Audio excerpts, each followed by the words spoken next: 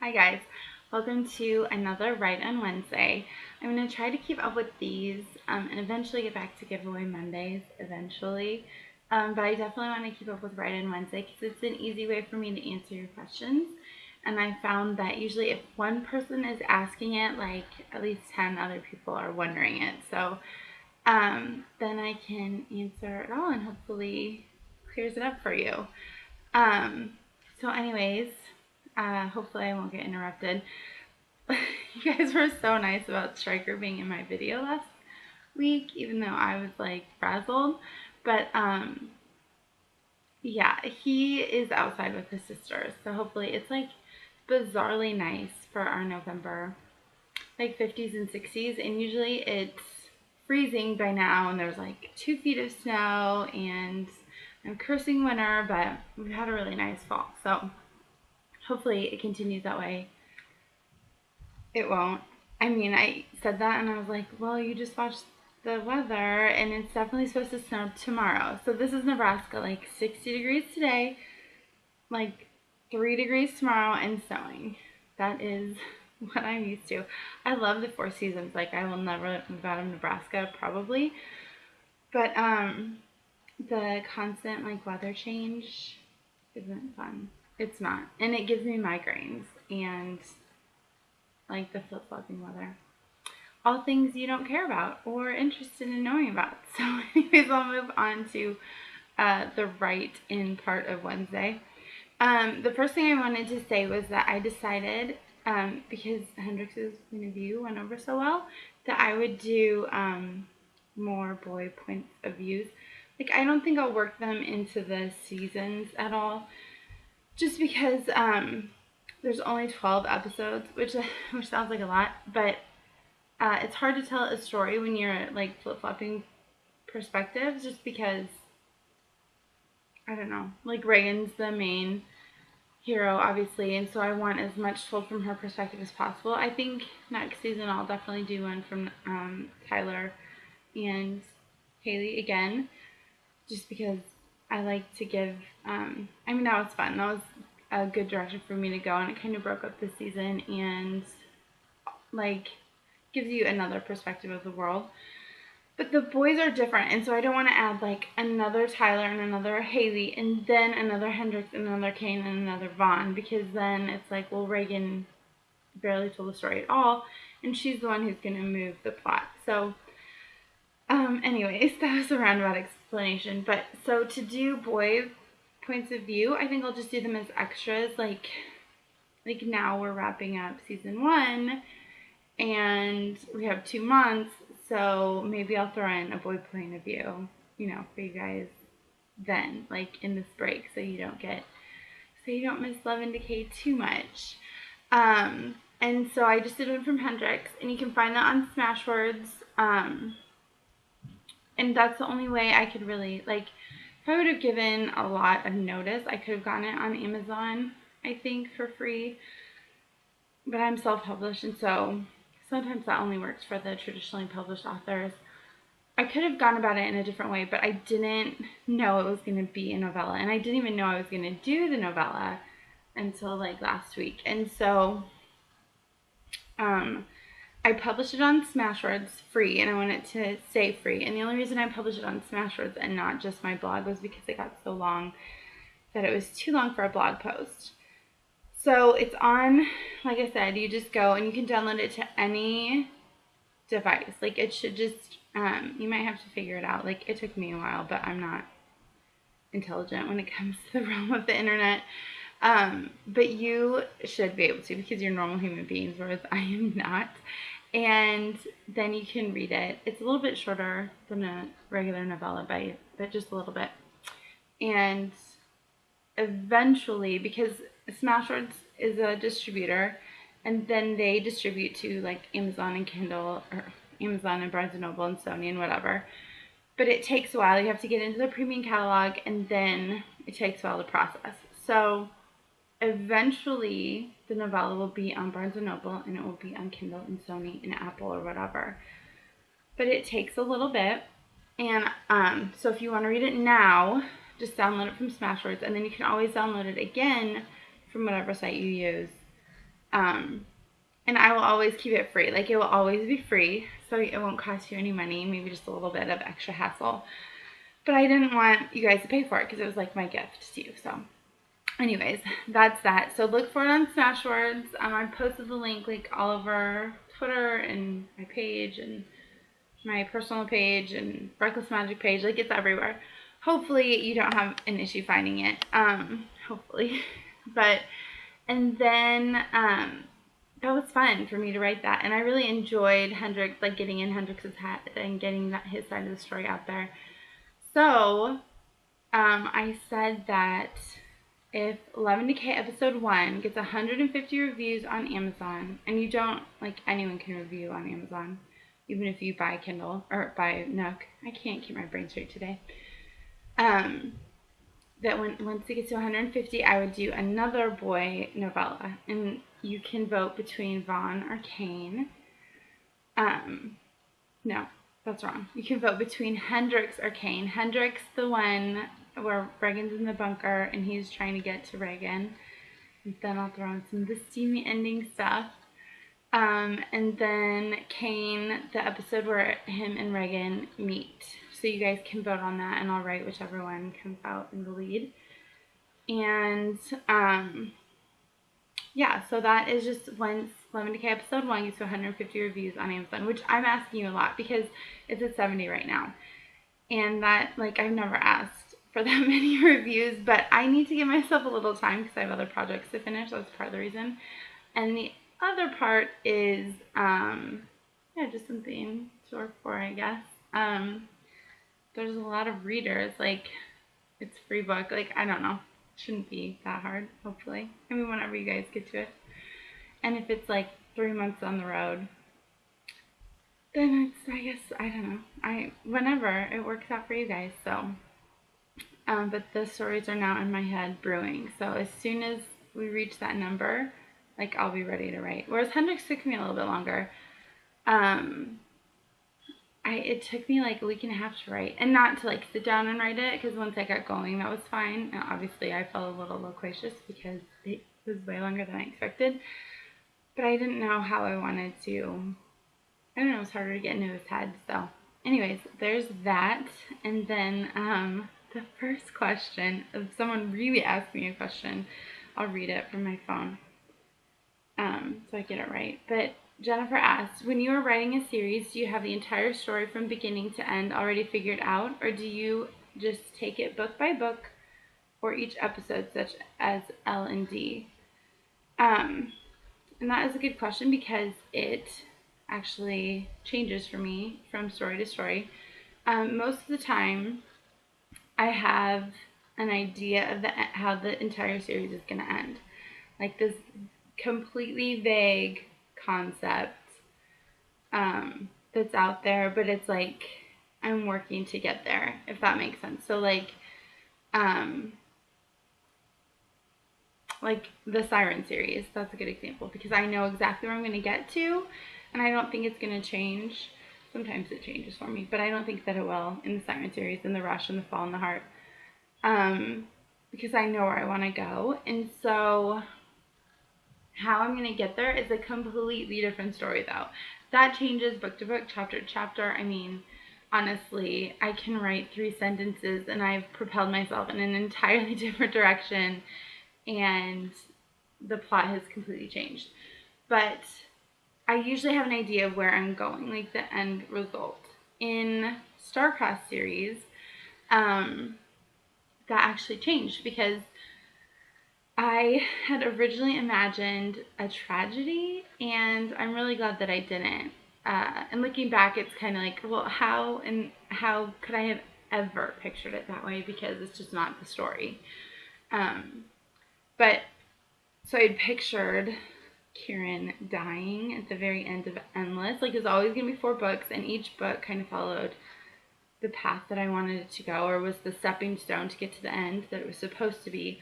But I had honestly pictured Kieran dying this very sacrificial death at the end of Endless.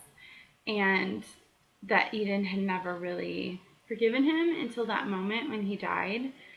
And then the story was either going to branch in two separate ways. She was either going to be with ruling the kingdom with Avalon / in love with Jericho, or she was going to be, she was going to choose to dreamwalk then with Kieran forever. That was her choice, was just going to be not death, but it was this very literal play on Romeo and Juliet, which is where the whole story stemmed from, kind of vaguely, obscurely. So anyways, that was, I thought that, yeah, they would be very romantic if they ended in this like dreamlike world. So I got to Hopeless, or I got to Reckless, and Jericho kind of threw a wrench in the story a little bit, because then there was this love. Then it was less like she wasn't living out her life with Kieran, or without Kieran. She was choosing Jericho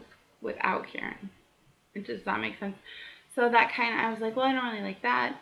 And then the more the story progressed and I got deeper into the world, I'm like, no, this cannot happen. Like, this is a romantic idea, but it doesn't translate to page wall, which is very, like, tragically romantic to think about, but it doesn't make a good story, and it's not where I wanted the story to go. So there's that. And then you have Love and Decay, which I started with episode 1, and I had this very, very, very vague idea of where this season was going to go, where the storyline was going to go. And then you had episode 2, and I still didn't know where I was going, and episode 3 and episode 4. And I still didn't know where the entire season was going. And I think I said, I was even like, there will be 2 seasons for sure. And mainly, I was saying that because I'm like, because hopefully by 2 seasons, I know where this is going and I will have an ending and something will happen. We don't know what, but something. But then I got to episode 5 where she meets Kane in the colony and everything clicked into place, thankfully. And so now I know where the whole, I know how season 1 is going to end, which is good. Very good, since episode 12 is next and it's the final. And I know where season 2 is going to begin and go. There are a couple different branches that the storyline can go in. And there's like, I could take this season. I don't want to put an ending on it because depending on how it does, that sounds greedy, but it's not. It's not at all. That's not what I mean. And I'll explain in a minute. But depending on how the story goes, I could, with like fans, I could drag this on for like 6 seasons, 7 seasons, whatever, you know what I mean? I could like keep going. But let's say that I get into it and it's like, well, I've done everything. Like the story's completely played out. At this point, I'm just taking money just because I can. I'm not going to do that. Like I'll finish the season. I'll finish the series when the series needs to be finished.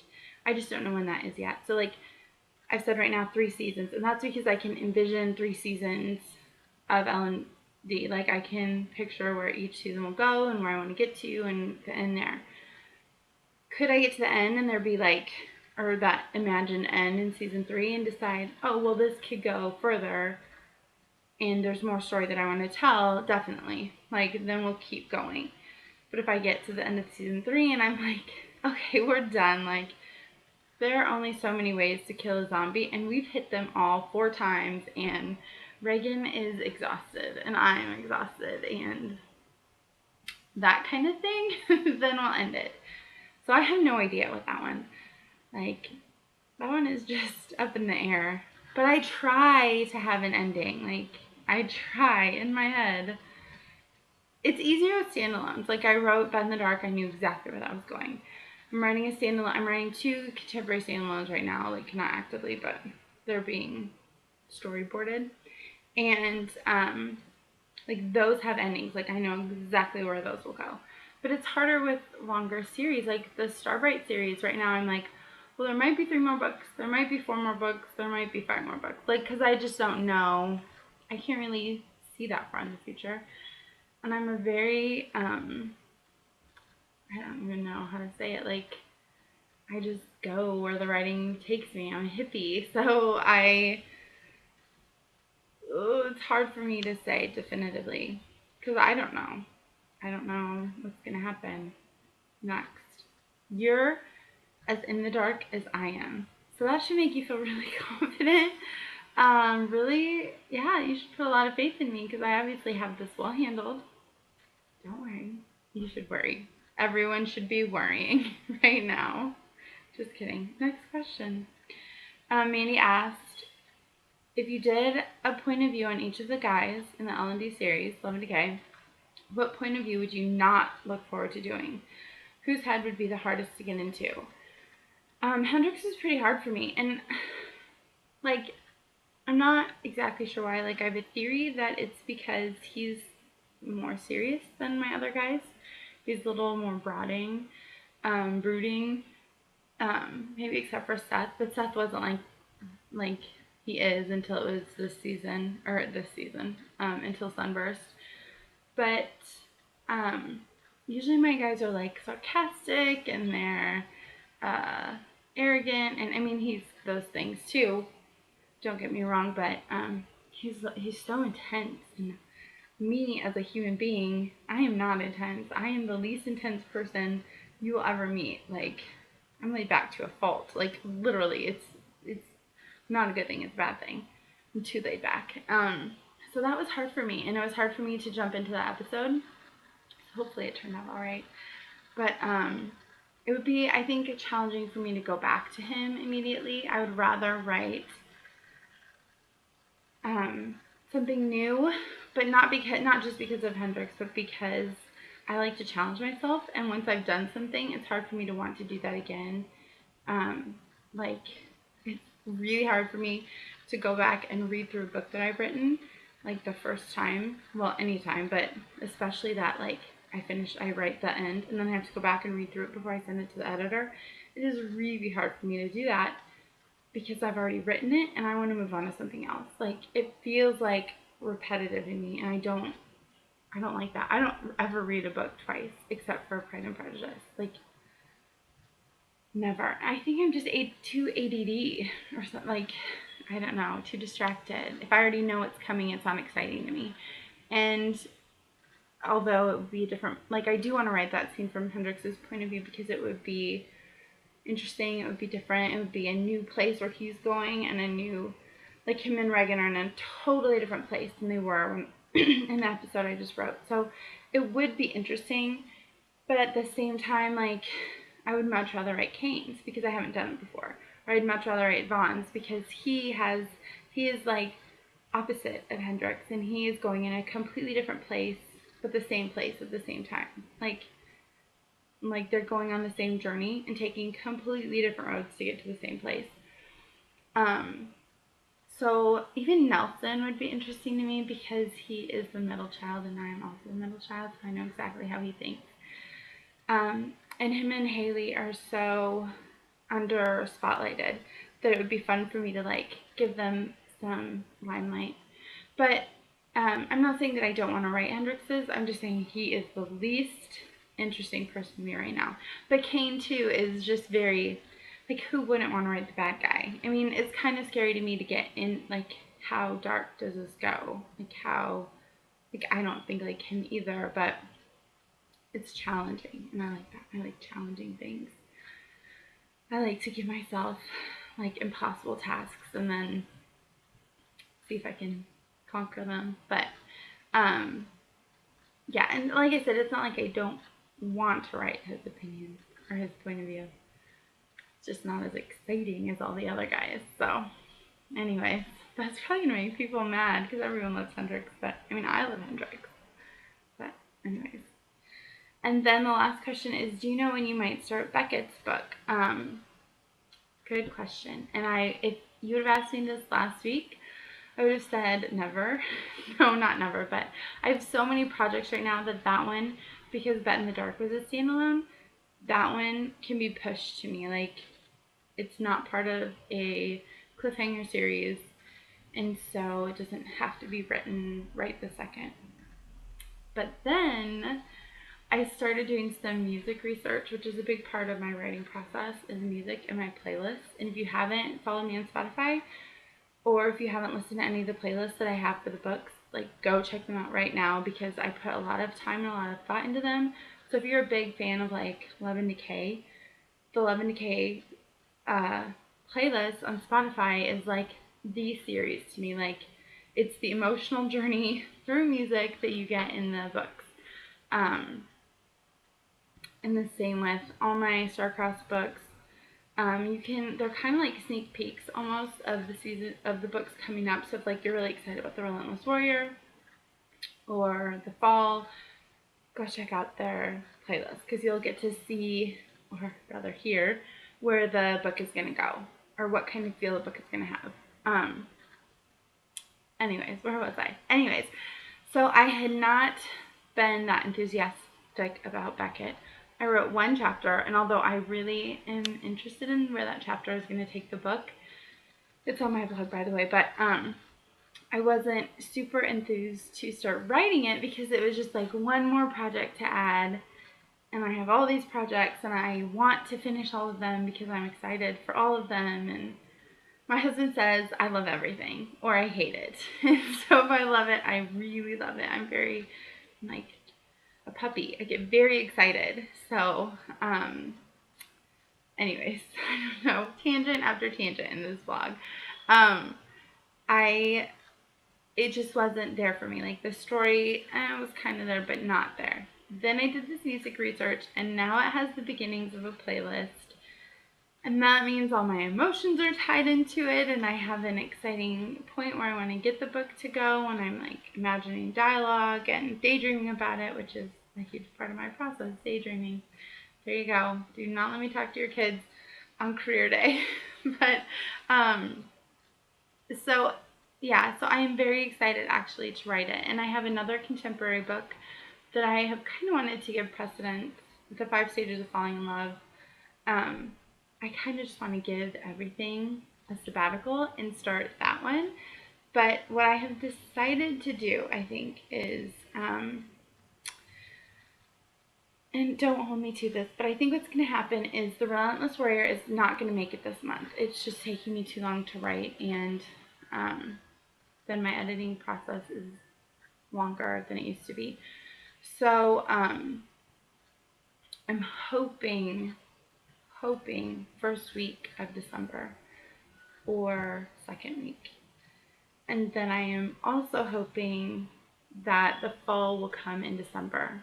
Like, fingers crossed for that one, because my kids will be out of school for Christmas break when I'm finishing it up. And so it's just harder for me to get work done when they're all home. But sometimes it's easier. It's just hard to tell. So I have like no idea. Anyways, my goal is to have The Relentless Warrior and to fall out by the end of December. And then I don't have another book due out until a full-length book, which is Firelight, due out until March. And so I have January and February, those whole months. And like Bet in the Dark didn't take me very long. It took me like 4 weeks to write. And I did the majority of it in 2 weeks. So if Beckett's book goes like that, then I am hoping to have it out in February. January, February, around there. But I don't know. Like, I just want to fit it in, and then I don't know. So my bracket straps keep falling down. I don't know. Sorry guys, I've been adjusting like crazy. But I will be starting Beckett's book after I get the Fallout, along with Firelight. And I don't do very good at like doing these. And then Love and Decay, of course, starts in February. But Love and Decay takes up a very small amount of time in my writing schedule. It's usually like 3 full days of writing every 2 weeks. So it's not like I don't plan series around it. Which does that make you feel bad? Like, not good? Not very confident? I am too revealing in these things. Anyways, if that answers your question, I do want to write it. I'm very excited about it now. I think Beckett's love story is very fun, and like my reviews on Bet in the Dark are always funny. They're like, this could never happen, and like I would do this, I would tell my family, I would whatever, and yeah, I would too in real life, but I think of Bet in the Dark as like a chick flick. Like, you think of, I don't know, any girl movie, like none of that stuff would actually happen. Like any Reese Witherspoon movie or even Katherine Heigl movie. Like, no, it's not real life. It's just a chick flick. Like, we read it to be entertained. So, anyways, that makes me very excited about Bet in the Dark because, or not Bet in the Dark, Beckett's book because, yeah, I get to have fun with it, and it's not like world building. There's not zombies. It's just love, and I love love. So, anyways, I hope you guys enjoyed this and got your questions answered. And if not, nobody blames you because I ramble a lot. But anyways, I hope you guys have a good night, and we'll see you next week, maybe. Bye.